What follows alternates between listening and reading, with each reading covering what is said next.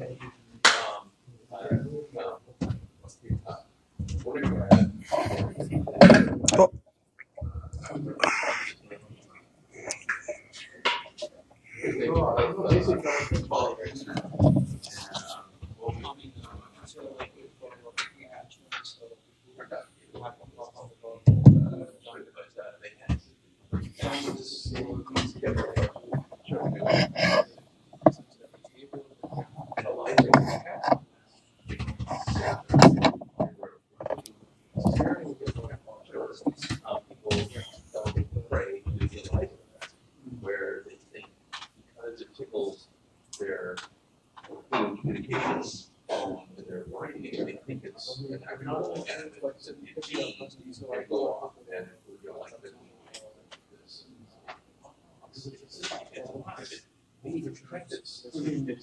Oh yeah, it didn't. Okay.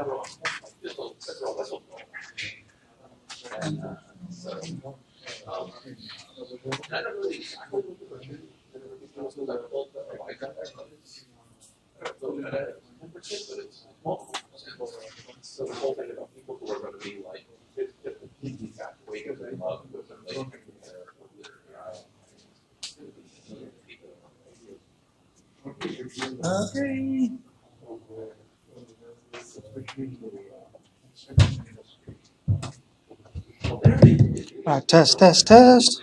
Let's go ahead and make sure that the live stream is working.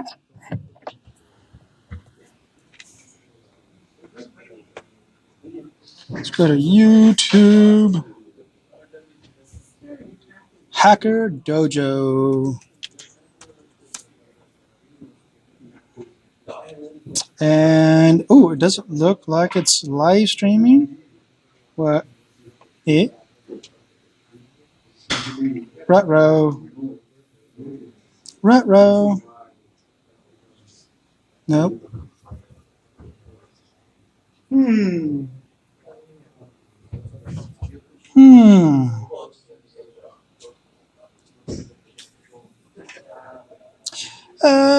Tiana, we're not live streaming.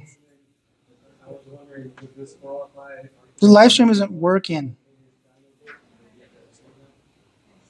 I clicked start live stream, but it's not working.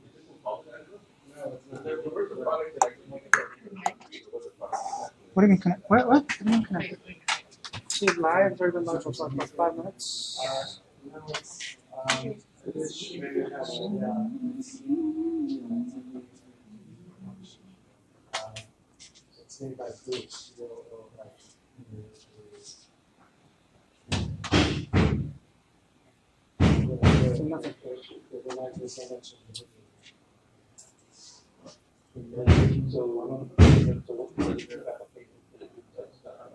Oh, maybe the keys. Maybe try using some keys. Oh, there we go.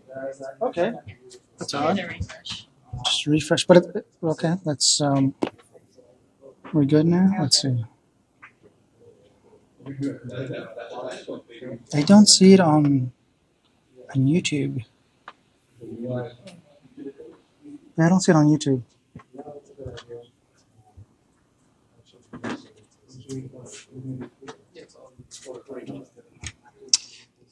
Technical difficulties. As always, every Friday we have something going on, but that's okay. We'll get through it. What's that? No, that's not. It's a different system. This is my computer that I'm showing here, and the live stream is over here. Yeah, it's kind of weird. But I don't see it, so I don't know how to share. Anyways, okay, let's go ahead and get started. Alrighty then, let's go ahead and get started. Welcome everybody to Lightning Talks Hacker Dojo. We are having open mic tonight, so welcome. First time? No first timers? Oh, first timer. Welcome. All right, cool. Got one first timer. All right, thank you. You're like the first timer that's here. So, okay. Hackers, developers, entrepreneurs, hobbyists, a mix of everything in the house. Good. All right, so Hacker Dojo, for those of you that are here, most likely know what's going on here, but for the people watching the stream, Hacker Dojo is a nonprofit. It is a community of engineers, artists, scientists, activists, entrepreneurs, and other creative people centered around co-working and social facility. So we do appreciate memberships. So if you would like to sign up, you can head on over to hackerdojo.org. There we go. It's about $150 a month. And these are our current members at Hacker Dojo that have a business in-house. So hey, maybe you guys might want to connect with them. I believe there are links on the website. You can click on these links, yeah, and touch base with them. See if you're interested in helping them out or working with them, see what they're about. I mean, they're in-house. You guys are already here. Maybe connect with them, see what's going on, yeah? All right. Volunteers, again, I mention this every single week because it is very important to have volunteers in-house because there's a lot of things that we can do here, make Hacker Dojo a lot better. Donations are another important thing. Obviously, we're trying to make these projects and programs and expand Hacker Dojo as much as possible. So if you'd like to donate, it's the Venmo link there. Or if you have spare change, when we have pizza in-house, hot dogs, tacos, whatnot. We haven't had tacos in a while, Eric. Maybe we should have some tacos. Eric? Yes! All right. Donations, if you have some physical items, maybe on the loose, you guys want to donate. Plants. I have not seen anybody donate some plants, and I've been asking for plants for a while. So please, if you have some plants, indoors or outdoor plants, bring them over. I know Tiana will do the best and take care of them. They will stay alive. Upcoming events. Here's the upcoming event. Saturday. This is tomorrow. We do have programming club and programming time tomorrow at 1 p.m. So if you guys want to program or hang out with a group of programmers, which is pretty cool, because it's a nice, chill, kick-back, very welcoming environment. So if you want to hang out in the classroom with a group, and yeah, that's tomorrow, 1 p.m.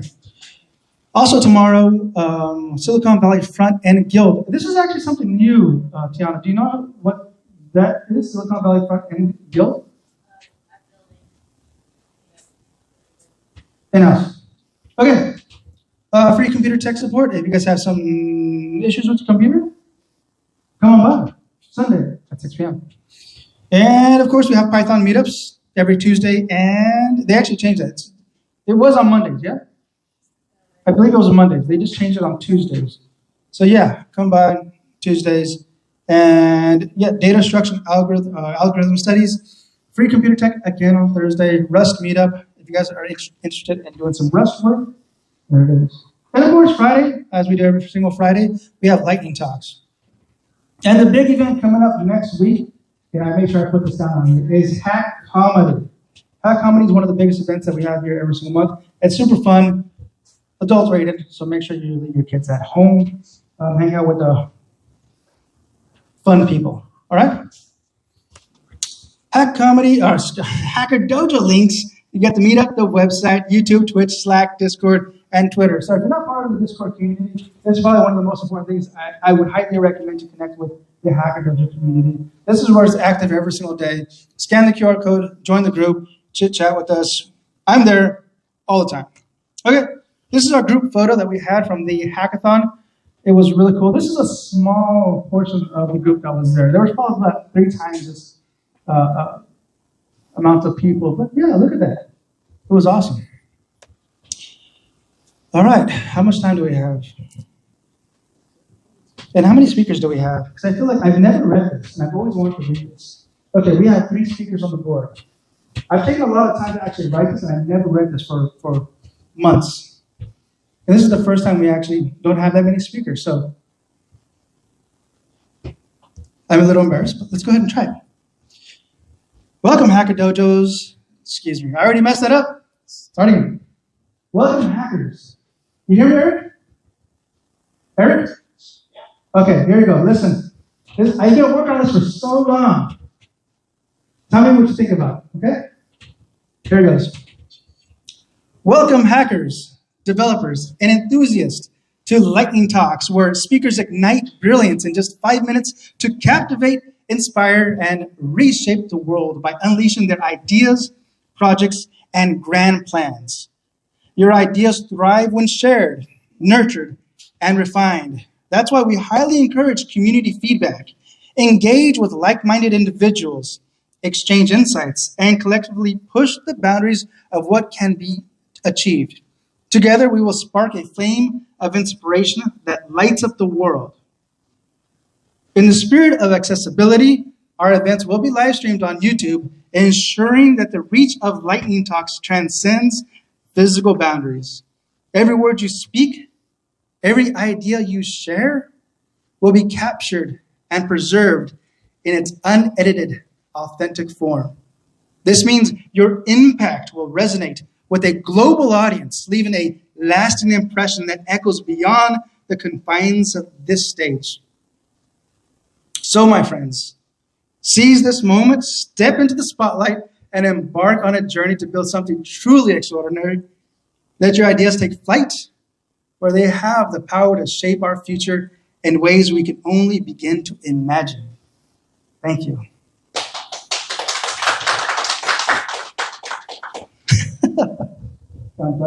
All right, so with that said, we do have some speakers on the board. Our speakers will have actually 10 minutes. 10 minutes to pitch their idea. If you can do that, everyone's stressing out because we have 3 speakers on the board. So if anybody else wants to jump on the board, you're welcome to come on up. No stress. Uh-oh. Yeah, with that said. Oh, actually, yeah, we have some time. Let me show you guys something real quick. So here is the Hacker Dojo Discord, yeah? If you guys head on over to Hacker Dojo, the Dojo photos, this is the photos. Every single week, I'm always taking photos and videos. This was from Ultimate Game Night last week.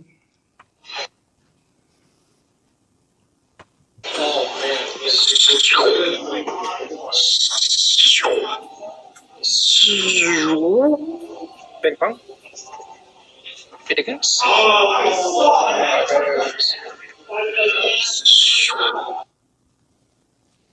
That's one video.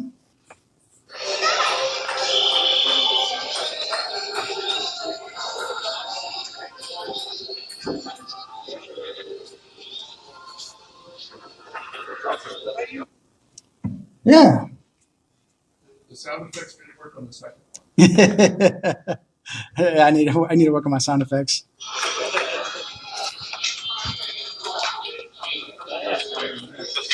The flop doesn't help. Flip flops. Notice that?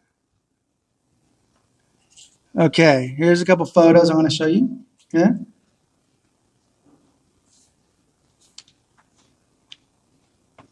If I can scroll up, there we go.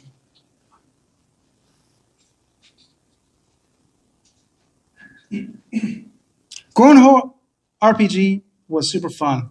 If you guys haven't played it, it's definitely a fun game to play. I did like that. That was really cool. So every single one of these little characters here has a certain type of throwing style. You know, one of the animals you have to throw overhead, another one is underhand, another one with double hands, another one you got to throw it behind, you know, another one you got to hold your leg and then toss it. It's really cool. And depending on, you know, you get it on the board or in the cornhole, you get points. And the idea is obviously to reach the quest points that are part of your quest, because there's a bunch of quests there. Yeah.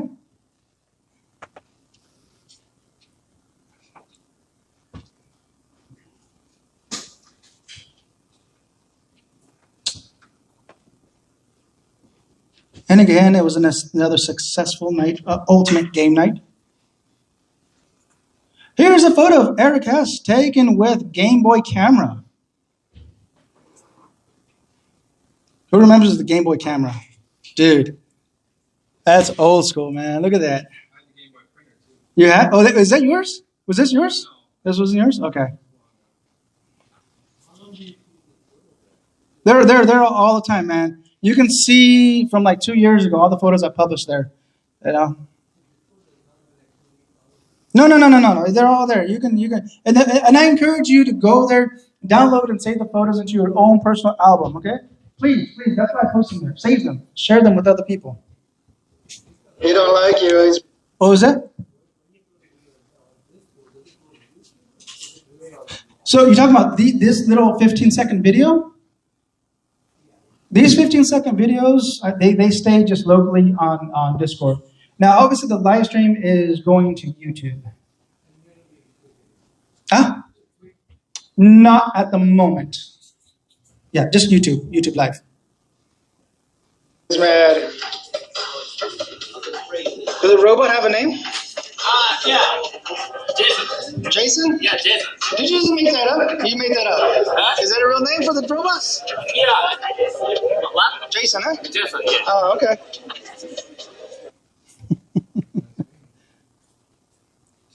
Should have called it Skynet.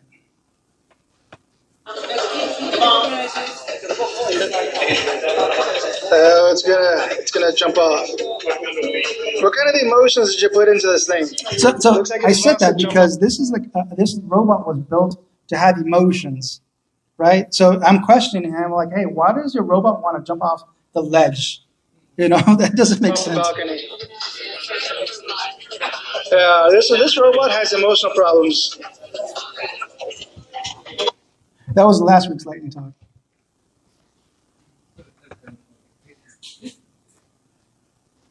Easier for that.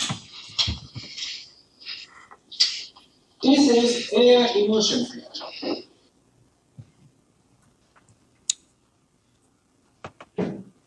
And these were our speakers of last week. If you guys want their info, it's right there. So if you guys missed it, you guys want to connect with them, all the information is there. Good luck trying to translate that stuff. But yeah, it's there.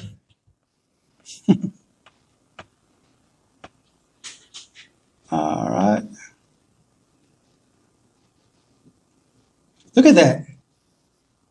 That is crazy. And you know how, okay, can you guess how long it took them to build that? Anybody, give me a guess. That doesn't know the actual answer. Guess. 1 week? Okay. It's a robot. It's a robot that I just showed. Is this full-time or part-time or? They built it in-house. Yeah? I think they just did this in-house. And yeah, they've been here for a few weeks. So that kind of gives you a hint. 8 hours. Perfect. Yep. Yeah. Over a weekend. It took them 3 weeks. 3 weeks from building the hardware, the software, and the recognition to it. Yeah. That was pretty amazing to have them build that stuff together. Yeah. Some of the speakers. What was going on with the AI on that PGA? What was that? What about the AI on that PGA? That was. There should be some photos here somewhere.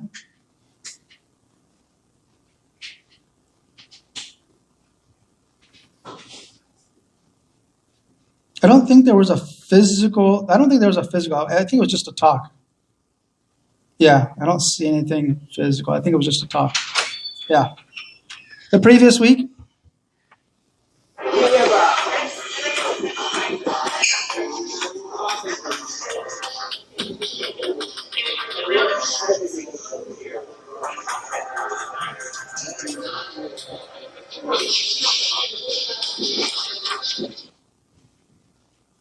Some of the speakers.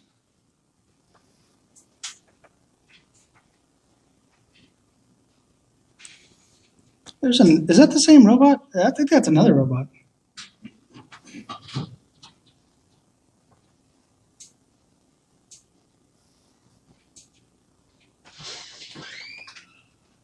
Yeah, so again, hang out on Discord. Where's it at? There it is.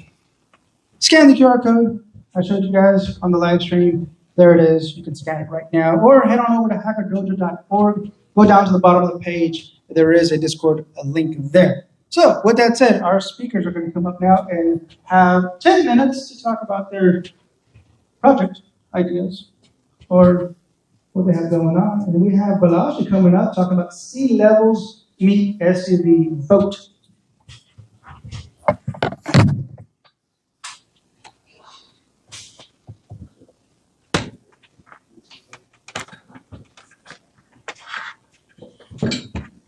Come on up, Balaji.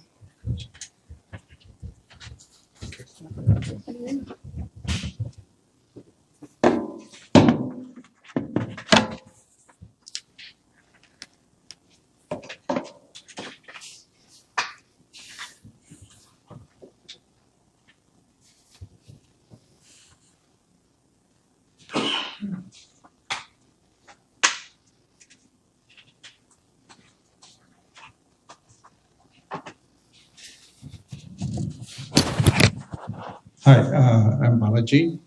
I am a software engineer working for different companies as a consultant. I work for some automobile companies also, like Toyota and General Motors and Cummins. So, based on some of the interest in automobile industry and also life sciences, I have some life science background also in zoology. So, I combine some experiment using Midjourney, uh, how we can create a model which is SUV at the same time boat. So, what is the necessity of this one? So, you have seen recently. Flooding in Libya and Hong Kong, those areas, and the sea levels are rising sometime some places. So in that case situation, the problem is to how to use vehicle as a boat at the same time the car. So like on concept one. So it is generated using Midjourney based on the mosquito bodies. I mean the model of the um, sleek model. So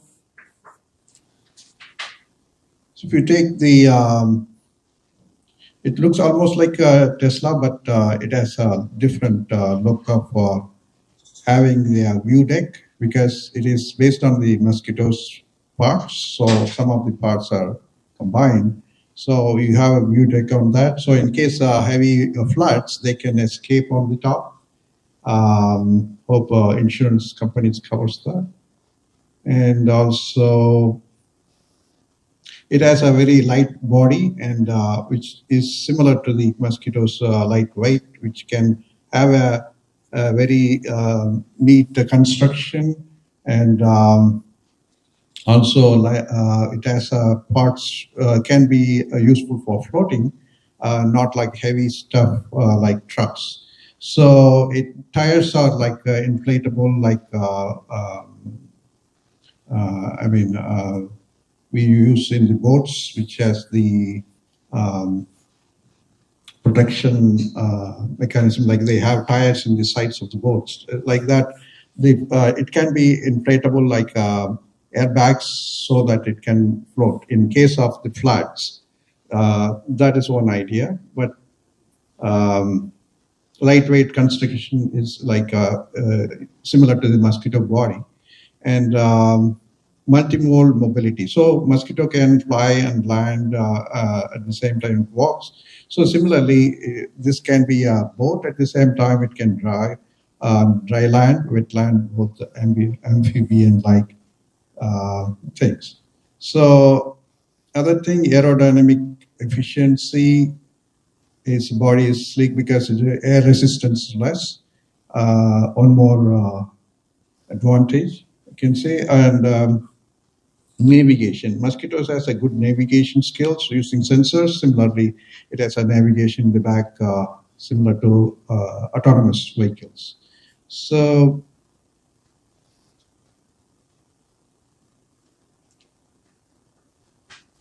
yeah, it is a battery operated. I mean, obviously, and some of the other models is a heavyweight one, which is almost looks like boat, not a car. But can be used as a truck.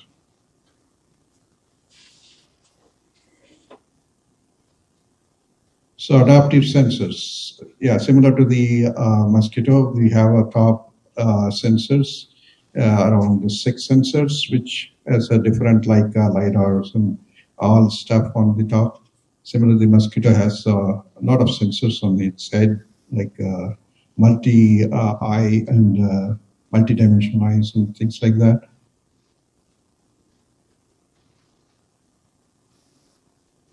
Community engagement. So this mosquitoes are also community oriented because the group fly in groups and live in groups. Similarly, the boat SUV is a different community for who lives in the coastal area and where flooding is common or near the dam. So these are some of the ideas for encountering the flooding situation in a safe way, so that lot of lives can be saved. Like in Libya, it was nearly 11,000 people. I think here it was 5,000 2 days back. Now they announced 11. So it was a huge. So in that type of situation, we can't predict. I mean, the dams, they said that it was dam burst because of the monsoon rain heavy. So something can happen anytime. So that type of situation, we have to be ready with that type of solutions. That's all. Thank you. Any questions?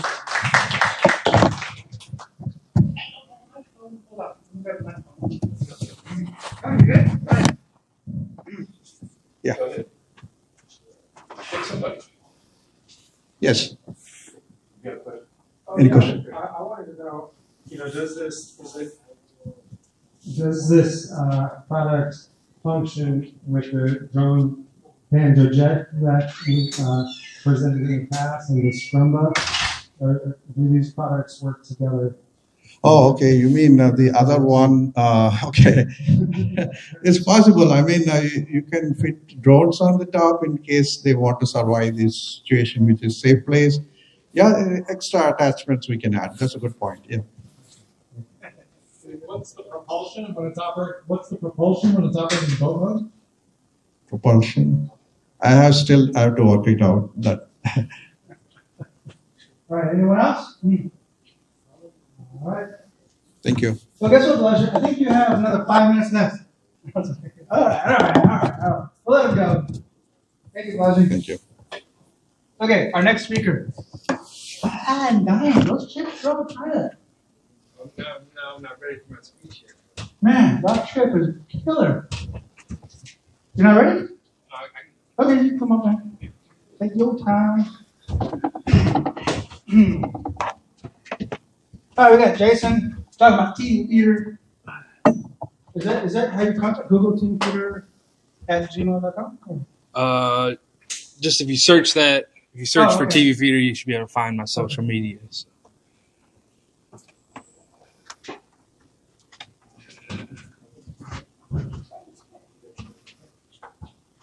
So that's what I was going to go over, some of my social media if my computer will load here.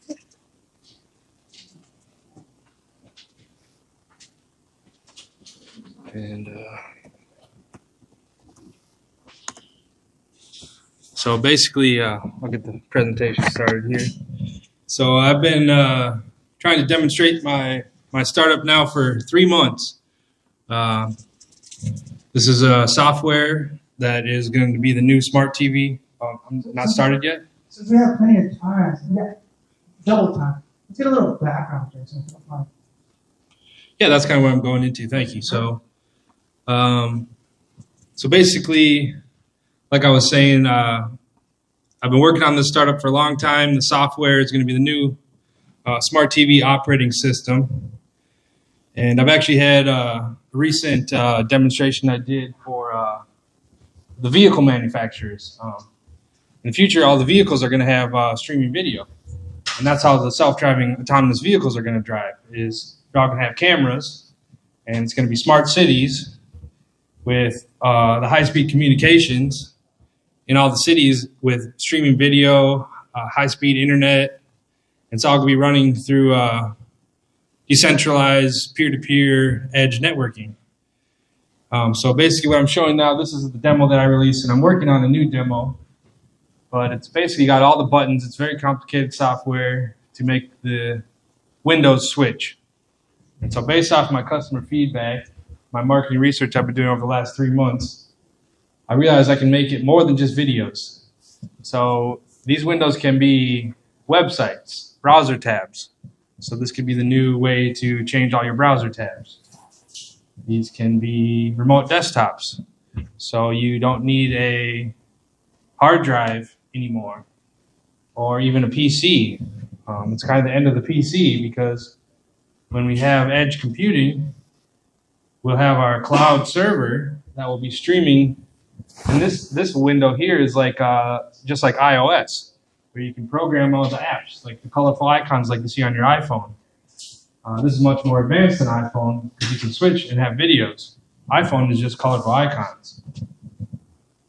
And so when you have these windows streaming into anything, it really opens up a lot of possibilities.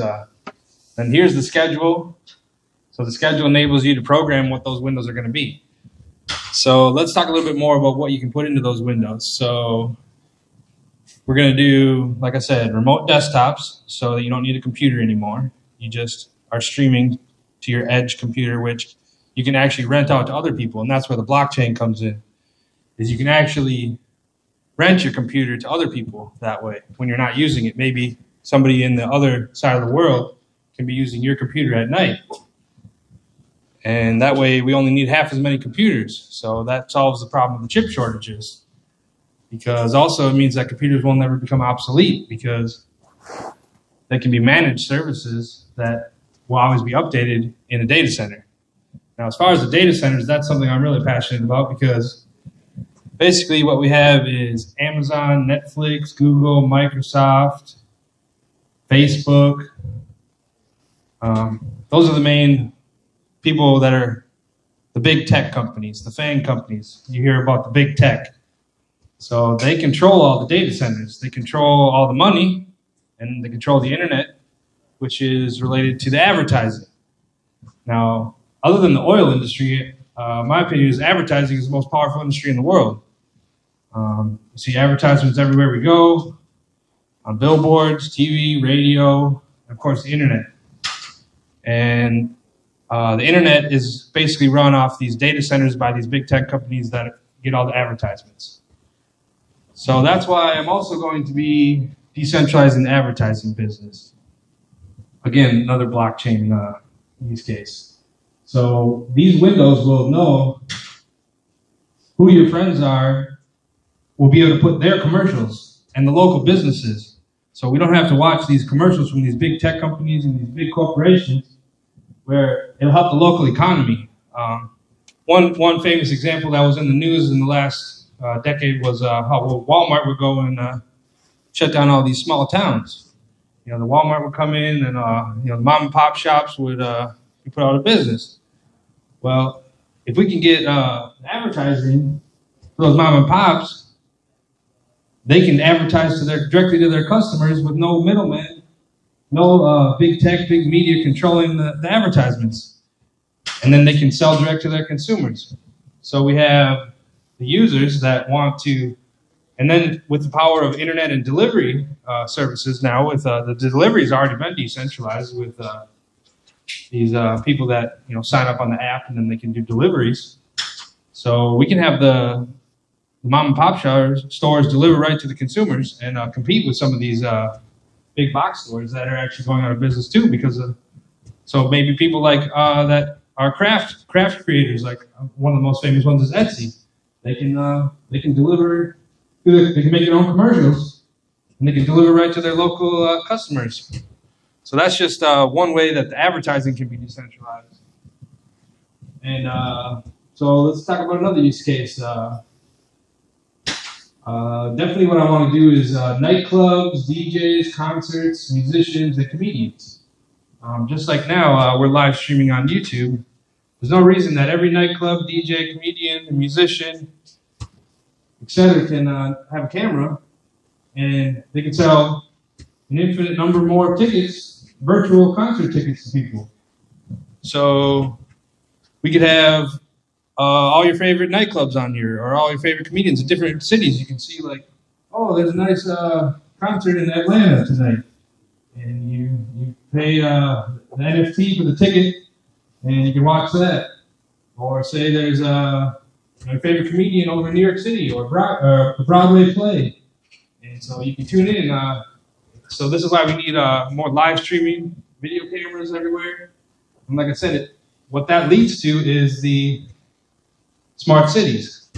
Smart cities and the autonomous vehicles, because the autonomous vehicles are going to need to have computer vision with streaming video to be able to communicate to each other.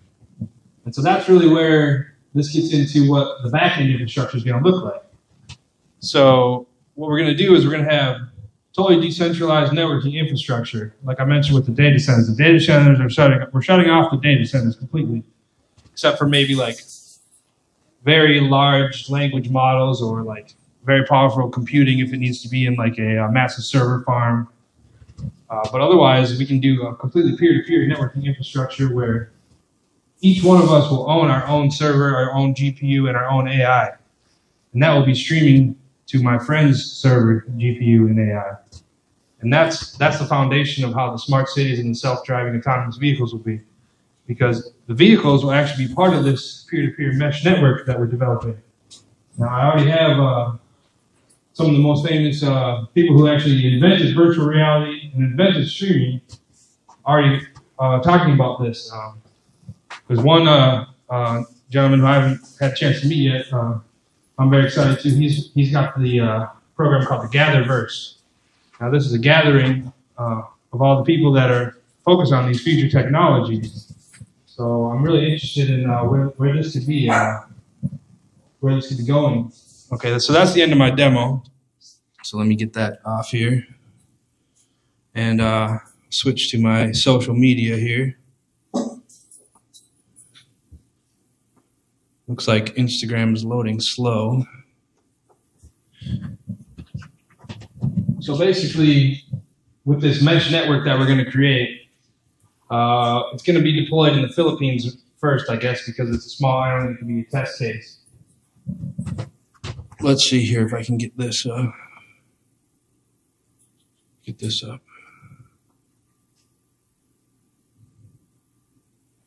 Just so I can show some of my posts here on Instagram. I've been going to a lot of networking events.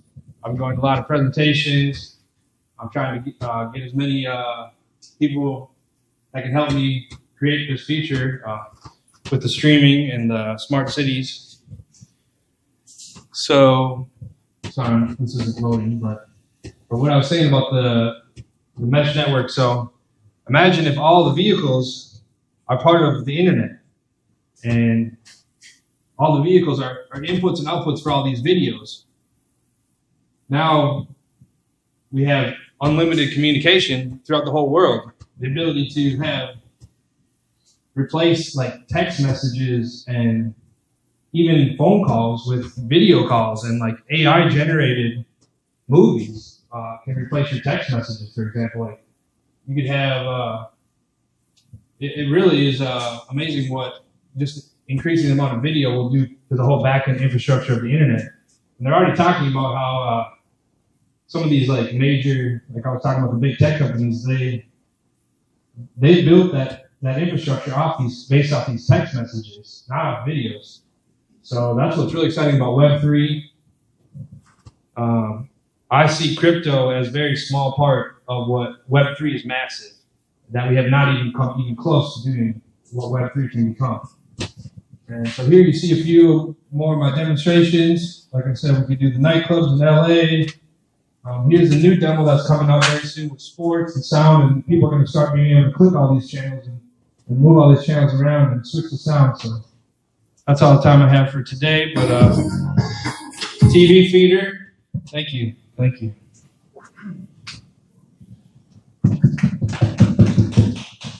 My question is, you're saying this is going to be Web3, right? Web3 based, decentralized, being held by some type of node. Somebody's got to hold the content. But where does the content come from? Where's all the stuff coming from? Well, that will be the content creator. The content creator will own their content and they can stream it to whoever they want, or they can sell it as an NFT and then somebody else can pass it along that way through the blockchain.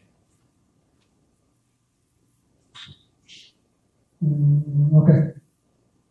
Is there any license issue with license? If they can share things? It's definitely disruptive to the current licensing model, which is based off advertising, one to many. But for example, if you are the content creator, you can sell that initial copy for as much as you want. And then it will just get, the price will actually increase as it goes along, but it'll be divided. So the next person in the blockchain will increase the price, but sell 2 copies, for example. And then those 2 people will increase the price, but be able to sell it 4 times.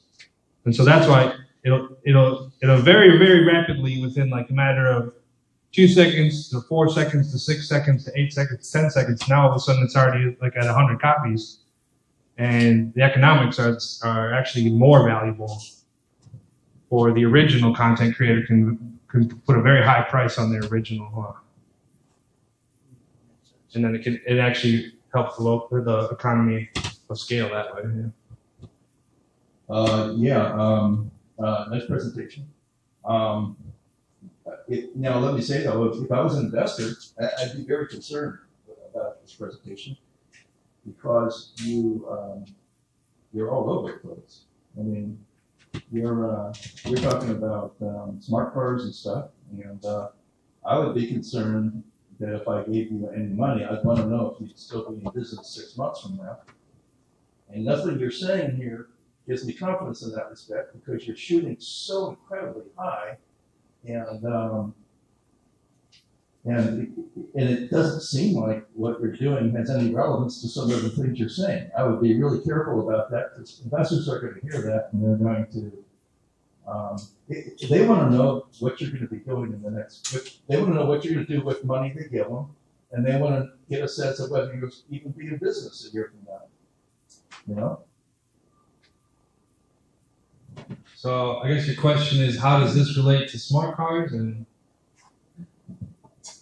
well, I don't know if I have so much a question as much as I would suggest that you change your approach because you know, are you trying to start a business or not? I mean, are you talking about some great big revolution? It seems like it's two different conversations. yeah, the business model is the streaming entertainment platform that I've developed. Okay, how are you going to make money from that in the next year? We're going to do subscriptions, advertisements, pay-as-you-go, pay-per-view. Okay, but you have a target market? I mean, who really needs this so much that they're going to pay you enough money to stay in business? Yeah, I think it's anybody that uses like phones, TVs, tablets, computers, and wants to watch videos on them, which is a massive market. We can, like I said, we can do video games, we can do concerts, we can do sports. Are you going to give it away free at first? The advertising will be there. If there's free content, definitely there will be with advertising, just like the linear TV always used to be. Well, is that a software product that people can put on? They can put on anything in there, or is it just a website where everyone sees what we're seeing there? It will be curated what's on there. Yeah. Oh, okay. So it's more of a website where there's all this stuff going on. Yeah. And as far as like it being something that somebody can customize, that's the key feature. Is all the buttons you can customize with all the windows. They do put their own stuff on there. Yeah, that's actually what I'm coming out with next is being able to connect your camera to one of the windows. Okay. All right.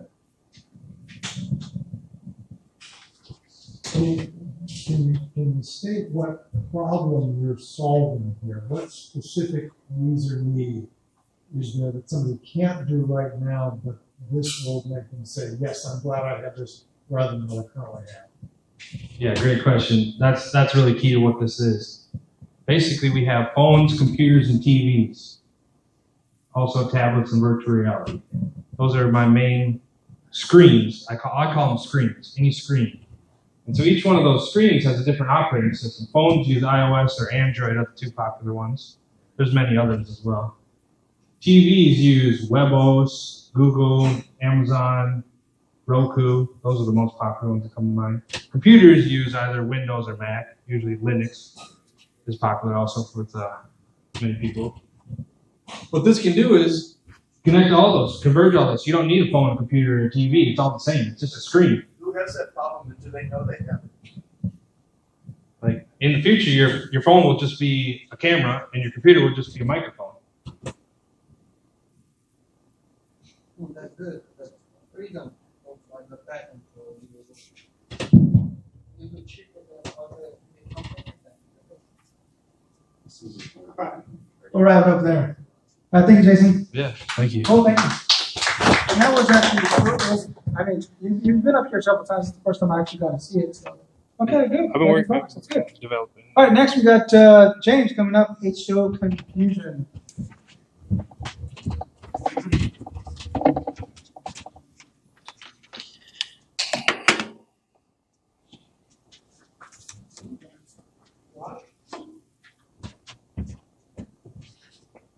confusion? Is that what it is? Yeah. Where's the HDMI? Oh, here it is. Got it? Yeah.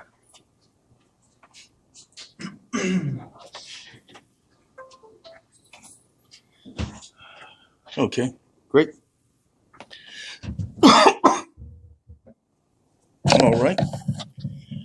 Hi, my name is James McGinn. I am president of Solving Tornadoes. The purpose of Solving Tornadoes, as the name suggests, is to solve the science that underlies what many people consider to be something mysterious about tornadoes.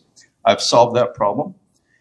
And the second part is to actually mitigate them, to actually, find a way to reduce their destructive potential.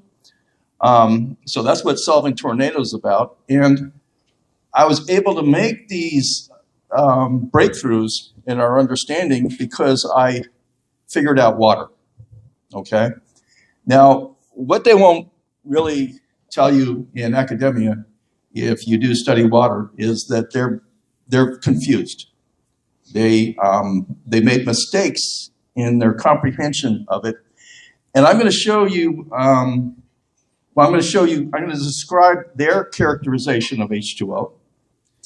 And then I'm going to maybe give you a sense of what are called anomalies. Anomalies are things that their theory predicts, but that don't work. And then I'm going to describe you the correct understanding of H2O, and I'm going to try to make a case that my understanding actually resolves some of these so-called anomalies. And the first thing I'm going to do here is we're going to look at a phenomenon that's referred to as non-Newtonian fluids. And let me go ahead and start playing this video here. I'll describe what's going on. This is, excuse me. This is a video at University of Chicago. And this is a student, and he's dropping a device into a vat. And the vat is filled with, well, let me explain. The vat is filled with cornstarch and water. I think it's about equal amounts.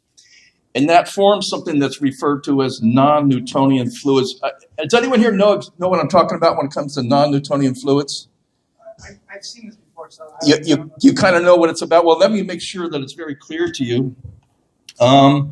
Now he drops this ball into it, and you'll notice that when the ball, well, here's a little better explanation of it. When you hit this substance really hard, it suddenly and instantly turns hard. Okay? But if you hit it soft, your hand goes right through it.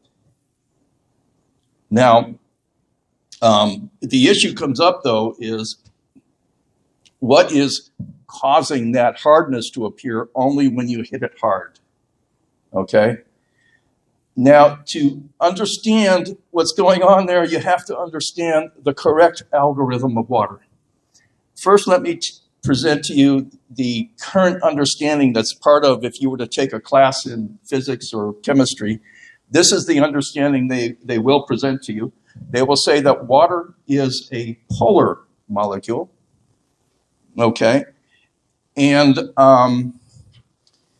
then they will, and that will kind of be the full explanation.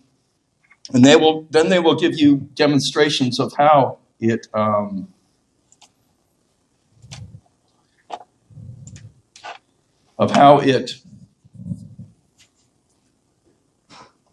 well, it does certain things. I won't. But one of the problems, though, is what is going on in this phenomenon when water.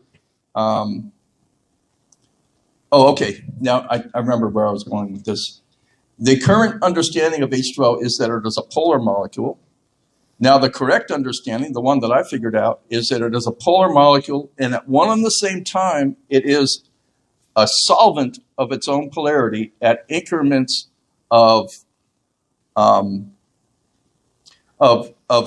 its number of hydrogen bonds it shares with itself.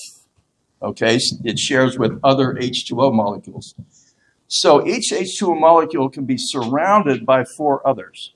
And when it is, the polarity of the H2O molecule drops to 0. And so what happens in this instant, in what we call non-Newtonian fluids, is that before there's force applied to it, the molecules have enough attraction to each other that they're able to surround themselves with each other enough that they have very low polarity. Now, what happens when you hit it real hard, though, is that the starch molecules get up and in between the H2O molecules. And they only do it for an instant, because as soon as that force is stopped, they will reform again. And when they are broken, when they have broken bonds, they now have polarity. Because you see, H2O self-neutralizes its own polarity when it gets together with itself. Now, I'm sure there's some programmers out there. Let me kind of throw out this kind of rhetorical question. If you were to use a constant in your program in the place of what should be a variable, what's going to happen to your program? Well, a number of things are going to happen, but it's not going to do the things that you want it to do. And that's what's going on with H2O, and that's why a large part of academia is completely confused about H2O, because they have assumed its interaction with itself, what we call hydrogen bonds. They have assumed that the force associated with that is always constant. Well, it's not always constant, and if it was, you wouldn't be able to see phenomenon like non-Newtonian fluids. And so by recognizing that the correct understanding of H2O is that its polarity is highly variable, and the mechanism of that variability is connections with itself, we can understand why, why the non-Newtonian fluid is extremely fluid, low viscosity when you don't hit it real hard. But when you hit it hard, you create that separation between those molecules, and it instantly turns hard. Now you might wonder, well, what's this got to do with tornadoes? Okay. Well, this same phenomenon of it becoming hard or having structural properties that appear on the scene when you create separation between the H2O molecules is instrumental in what happens on wind shear boundaries. Because on wind shear boundaries, we start to get the spinning of microdroplets.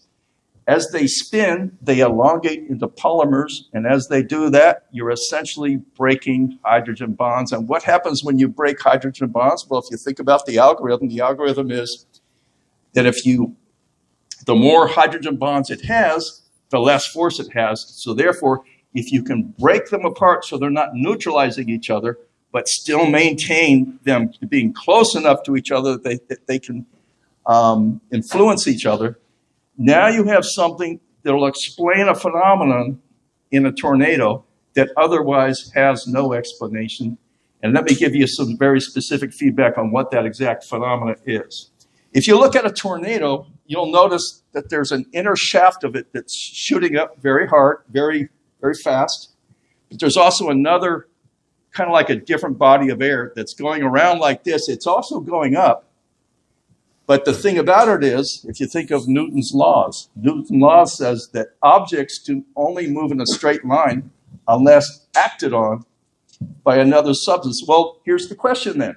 What is causing those molecules in the sheath of the tornado to go around the flow, to be able to go in a circular pattern? According to Newton, there must be something acting on them. And the answer is they're acting on themselves because their polarity has been activated, because on wind shear conditions, the microdroplets are caused to spin. They spin into polymers. The polymers start to interact with each other, and what you have is the emergence of a room temperature plasma, a genuine plasma. Now, it's a plasma that doesn't work based on ionic bonds. It's a plasma that works based on hydrogen bonds, and it's a plasma that's a consequence of the spinning of microdroplets, and this happens only on wind shear boundaries. And this is the reason why there's so much confusion about what's happening in the atmosphere. There really is a lot of confusion amongst meteorology as to what's happening in storms. And the reason is because they haven't figured out that vortices are the delivery mechanism of the low pressure energy that arrives at the location of the storm, and its origin is the jet stream. So that's the way the atmosphere works. And vortices are the passageway for the low pressure energy that arrives at the location of the storm. And the plasma, which is a consequence of H2O, the hard phase of H2O being expressed under wind shear conditions, is the means by which they have isolation of the contents that flow through the vortices. So I threw a lot of stuff out there. Sorry about that. There's a lot of details there. But does anybody have any questions? Go ahead. Fatality.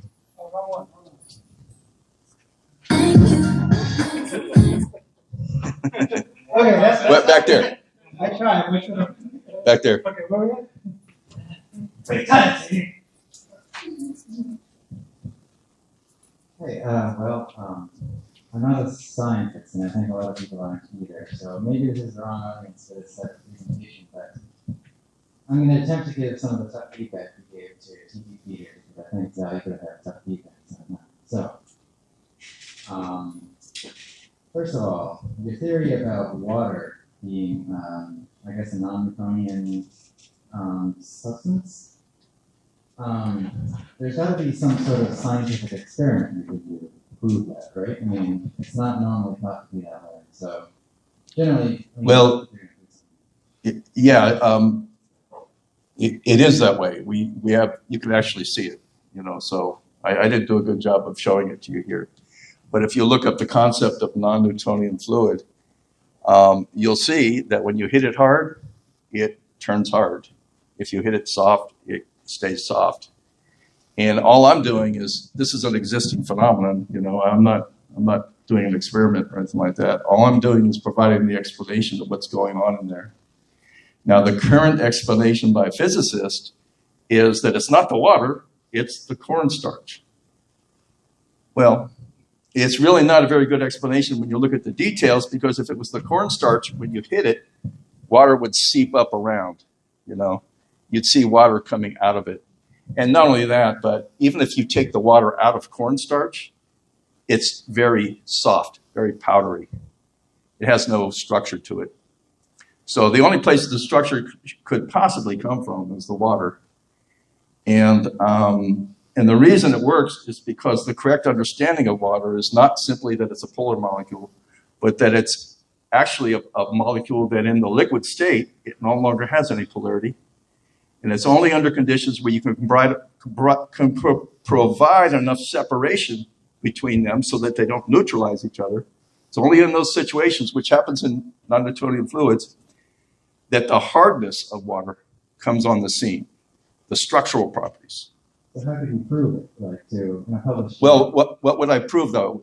I've already explained that the demonstration part of it is already evident, so there's nothing to prove there. But you're saying, how can I prove though that water is the cause? Sure. Well, it's just by a process of elimination, because it can only be two things, right? It can only be the cornstarch or the water. Do you agree with that? Well, it's a combination. I think I can. My next question. Well, and it is a combination of the two, but the question to know is how. Where's that force come from? Oh, I was just going to say, what would be a fluid that is Newtonian? If it's not that property, so you could do a comparison. I didn't hear you. What about doing another fluid that is Newtonian? Oh, you mean other than water? That's not, is there a Newtonian fluid? Well, they refer to a mixture of starch and water as a Newtonian. Newtonian, see here, oh, is there a Newtonian fluid? Oh, I'm sorry, I misheard that. No, that's a good question. Yeah, there are fluids in which if you hit them, their viscosity is constant. It doesn't change. What's distinctive about non-Newtonian is their viscosity changes depending on how hard you hit it. So depending on the energy. Yeah. I'm just curious. Like a noble gas. A noble gas is going to Last question. have polarity problems. A noble gas. So I was going to ask that question. So you've essentially, if I understand this, you said the non-Newtonian phenomenon is a consequence of the polarity of the water. That Right. In the individual molecules have some polarity to them, but I guess if you put enough of them together in the right structure, that neutralizes the polarity. Exactly. It neutralizes them. Yes. So I guess my question is, are there other so you're explaining non-Newtonianism in terms of polarity. Are there other non-Newtonian fluids for which the molecules either are polar or not polar, where you do or do not? I think I understand your question, and just to. So if you were to find a non-Newtonian And put it with the cornstarch? that's my other question do you have to have a mixture for something to be non-Newtonian? You're sort of saying, well, the water by itself, by virtue of its polarity, could be non-Newtonian. So I guess my question is, if you had, however, You're right, though. Just to confirm what you're saying, yeah, you're absolutely right. That by itself, it's non-Newtonian. The cornstarch just functions to create space between them. Okay. Yeah. But you're saying the non-Newtonianism comes as a consequence of the polarity. Right. Are there any non-Newtonian fluids built out of non-polar molecules? In which case, there has to be a different mechanism to explain the non-Newtonianism. To the best of my knowledge, the answer is no. Okay, so all of the non-Newtonian fluids involve polar molecules. And that's the best of my knowledge, yeah. Addresses his question. Real quick. I think I can answer his question, and I asked you this last time. The key to this, your demonstration would be that you can make an airplane turn into a submarine, which if you put an airplane on a lake, it'll sink. If you crash an airplane into a lake, it'll disintegrate. I think, but there's no way to make an airplane turn into a submarine because of this non-Newtonian principle of water. See what I'm saying? Like. Mm-hmm. Oh, what you're saying is that when the plane hits the surface of the water, if it's going really fast, it'll be like hitting cement. That's exactly right. That's inertia. That's just inertia. That's not No, it's not just inertia. If it was just inertia, it wouldn't matter. It's inertia, and it's the fact that as you hit the water, you're creating separation, and you're creating hard water. Disintegrates because of the inertia. So, purely yeah. Newtonian. No. It disintegrates because the viscosity of the water, when you're going that fast, you hit something that fast, like when you're going off a diving board, right? And let's say you hit badly. So the definition of non-Newtonian fluid is one that has a shear rate that is not linear. Right. Which water or any fluid, when you hit it hard enough, is not going to move out of the way. No, not any fluid. That's for any fluid. You hit oil at a No. You're missing the point. The viscosity literally changes when you have a non-Newtonian fluid. When you have other things, it doesn't change. The shear in a non-Newtonian fluid is not linear. So it changes. The shear is not linear. That's why the non-Newtonian fluid. Right. And the shear wait. The shear in other things is linear, right? In a Newtonian fluid, the shear is linear. So if you hit it. No. Oh, in a Newtonian fluid, it's linear, right. So when you run a plane into water, for example, at 500 miles an hour, that shear is predictable at 500 miles an hour. If you run it in at 300 miles an hour, that shear follows that same linear shear, which... It's not linear, though. It is. For water? Yes. No, for water it's not linear. No, because you're no, well, yeah, if at low...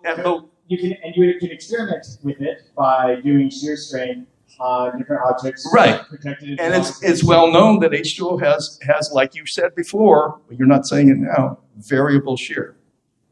Right? In a linear form. Wait. Is it linear or is it a nonlinear? A non-Newtonian fluid is non-linear shear. So a linear shear means that you have a predictable line between right. speeds. And we don't have that with water. Yes, we do. No, we don't. You don't. You guys don't know what you're talking about. You guys don't know what you're talking about. I know what I'm talking about because I'm an expert on this. We can. You can claim that you're No, an expert, but you can it'll also be less. No, the cornstarch is instrumental in amplifying it because you get more separation. But any separation at all is going to cause some. And when you hit it going super fast, you're going to cause a lot of separation. And that's true when you hit any fluid at super fast. No, it's not true. Prove it. It's not true. It's relatively easy to. And No, it's not. It's not easy to. You don't know what you're talking about. You don't know what you're talking about. I'm serious. You don't. You can say that, But you'd have to demonstrate it. The experiments are readily available, and it's not. No, they're not. Yeah, they are. No, they're not. All you need is a shear gauge. No, you don't know what you're talking about. Yeah, I'm sorry, but it's very easy to. No, you don't know what you're talking about. The experiments are not readily available. If they are, go ahead and show me. Go ahead and show me. No, I appreciate the argument, but I swear to God, I know what I'm talking about. You guys don't. It's just that simple. And that's what I love about Pentecost. Thank you, James. All right. All right, next. That was actually really good. I did Yeah. actually like that. That was good. Thank you. You want to get your laptop? Next, we have Jim talking about open gov data. Is that what it is? Yep. All right. Open gov data.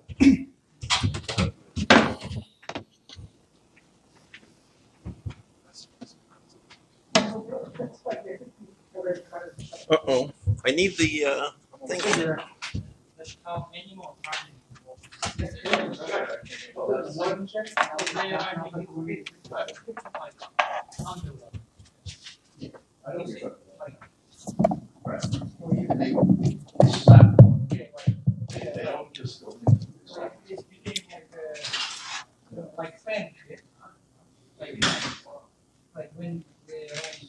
Oh, that's not going to work.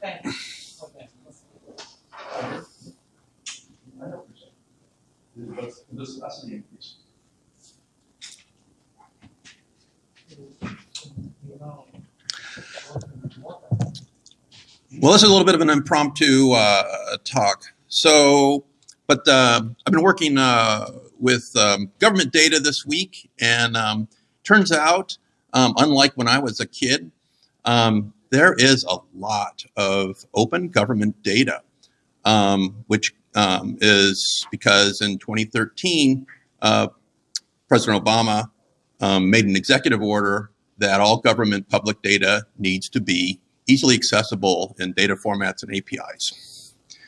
And took a while for this to come about, but it's been a 10-year project now, and there's an astounding level of openness in our government.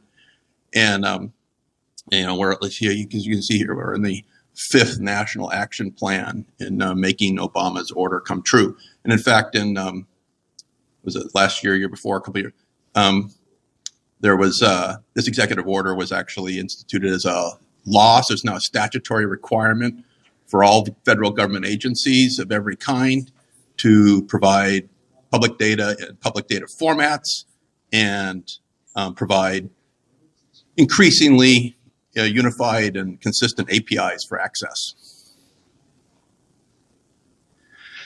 One example is usaspending.gov, in which all government spending, of course, except for the black parts of the 3-letter agency spendings, but you know, at least all the daylight stuff is documented. And so right now, like they say in 2023, federal government's planning to spend $7.5 trillion. Regrettably, a lot of it's on interest, but which doesn't anyhow, but $1 trillion on Medicare, $1 trillion on Social Security, $1 trillion on national defense.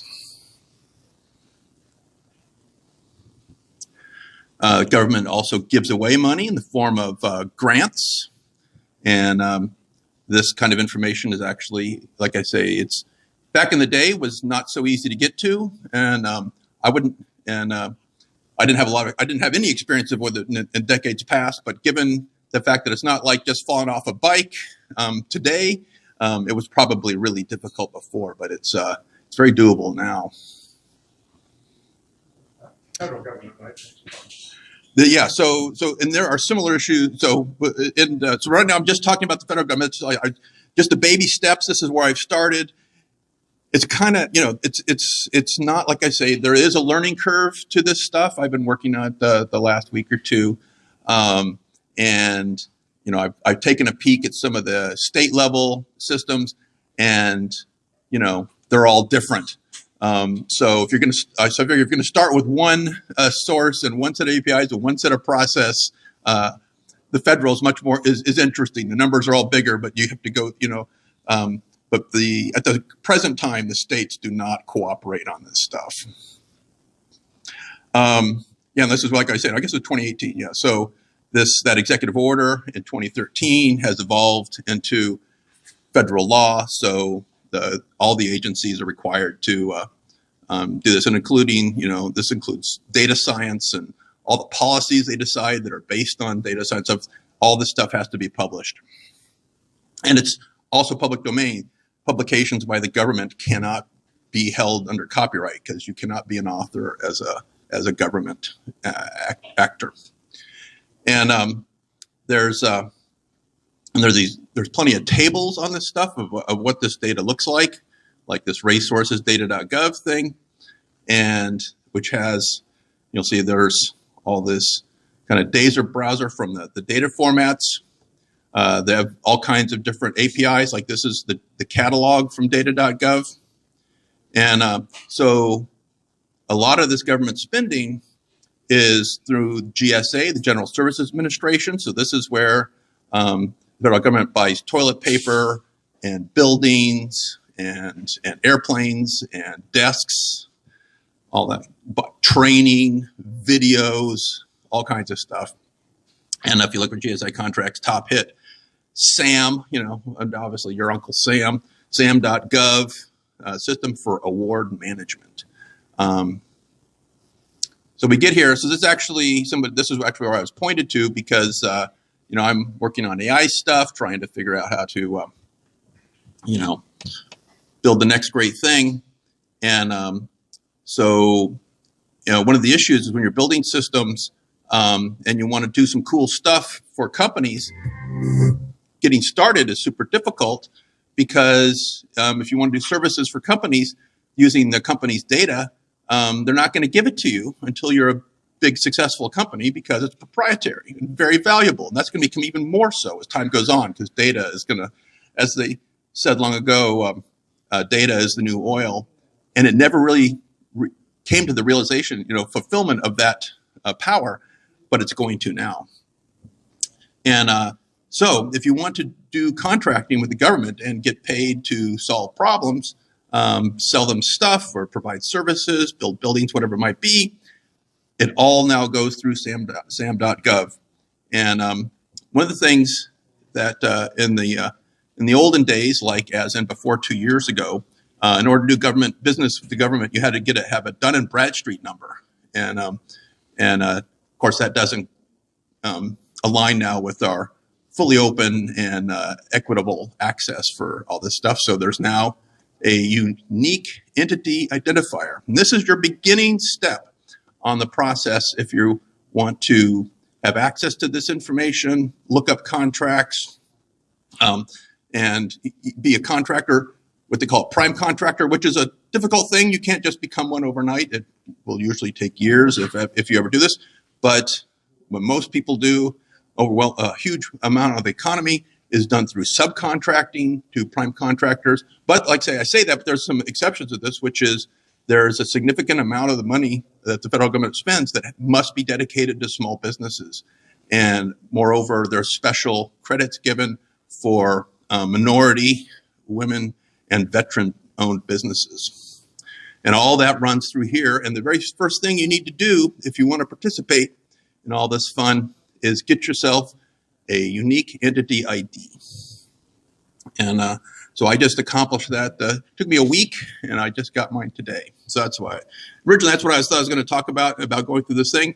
But like I said, I think that what's more interesting, that what's interesting about this is not just about going to do stuff for the government, but the fact that if you're doing AI, then data is what you depend on. And all the government data is required to be public with only certain exceptions. And so if you're building new systems that depend on a lot of data, as I say, it's very strange for me. I just turned 63. I never thought about going to the government for anything. But turns out I think this is a gold mine for data. And this thing, if you are a small business, which most of us probably are, there is a 503c heavily promoted by SAM.gov called APTAC, the Association for Procurement Technical Assistance Centers. And they are especially set up, and they're generally operated in cooperation often with local universities and stuff to help you as a small business person get into this process and probably maybe avoid some of the potholes that I've fallen into just trying to do the first simplest thing. But, like I say, PTAC has helped small businesses get 56,000 businesses get 24 billion in contracts. And so like I say, so the big picture for me about this is, I've known, since almost 6 months that thanks to ChatGPT 4, all jobs involving a screen, a mouse, a keyboard, and internet connection are now all fully automatable. And then sometimes people would ask, well, so what kind of jobs will the humans have? And I've not had an answer until I thought of this on Monday. And we're going to get our money from the government. Whether you're a prime contractor or a subcontractor, the answer to the coming collapse in spending in the private sector is, the DOD and the other government spending is the world's largest social welfare program.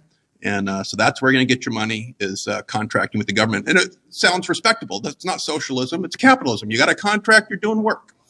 Thanks. Okay. Questions? I just wondered what Obama's original motivation was. Did he? He's a good guy. He's a really good guy. We haven't had a good president since, obviously. Well, actually, and that was the thing. It's kind of a change for me. I actually voted for Obama. Which was a big surprise. I actually switched from Libertarian to Democratic registration so I could vote in that primary. Because he promised us change that we could believe. I didn't think he made it. And like I say, now I have to cut him a lot more slack because he put this order out there. Yeah, and it took almost 10 years. The federal government doesn't move overnight, right? But that single order has resulted, and like I say, it's now become federal law. It's not just an executive order. So he's made the government more open, and it's directly more accessible for us that work with data. I think it's a significant change. What are you going to do with the data? Do you mind answering, or is it something? So it's too hard for small businesses to use this data. There are already businesses. Obviously, there's a whole industry around supporting government contracting. But if you're a very, very small business, most people won't go anywhere near this because the hoops, it's a long shot. You will get a contract. It might take years before you successfully bid, all this kind of stuff. And so they look at it and say, well, for the size of work that I would do, I will never, it's just not worth the risk. But with AI, since now we can click and push all these buttons and at pennies on the dollar of humans doing this labor, we can automate all this work to connect people who are going to be doing this work for the federal government. It's not just the federal government. This is every level of government, all the states, the counties, the large cities, they all have their own systems. And so right now it's extremely labor intensive to go through those systems. And also, it's one of the interesting points is because it's government run, a lot of tasks and jobs are restricted. You actually have to be a human. So government contracting is going to be with us for a good long time because just like you have to be a human to get elected or to cast a vote, you'll also often have to be a human in order to get federal money or any government money. Is it SAM? Is that the overriding? Well, so SAM.gov, the System for Award Management, is specifically to GSA federal contracting. And that's basically if they buy anything.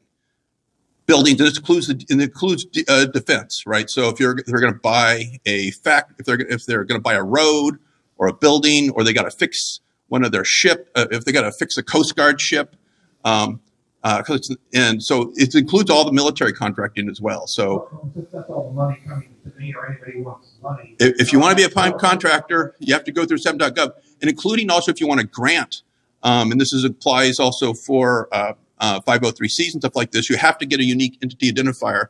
So even if you don't want to be a prime contractor, you need a UEI in order to do things like apply for grants and many subcontracting roles required also for accounting purposes. That's all the money. Is there stuff this other data people just might want to look at? Yeah, that's what some of the stuff. So there's a lot out there. Let's say I didn't even like USAspending.gov is kind of interesting. There's a variety of other ones up there, and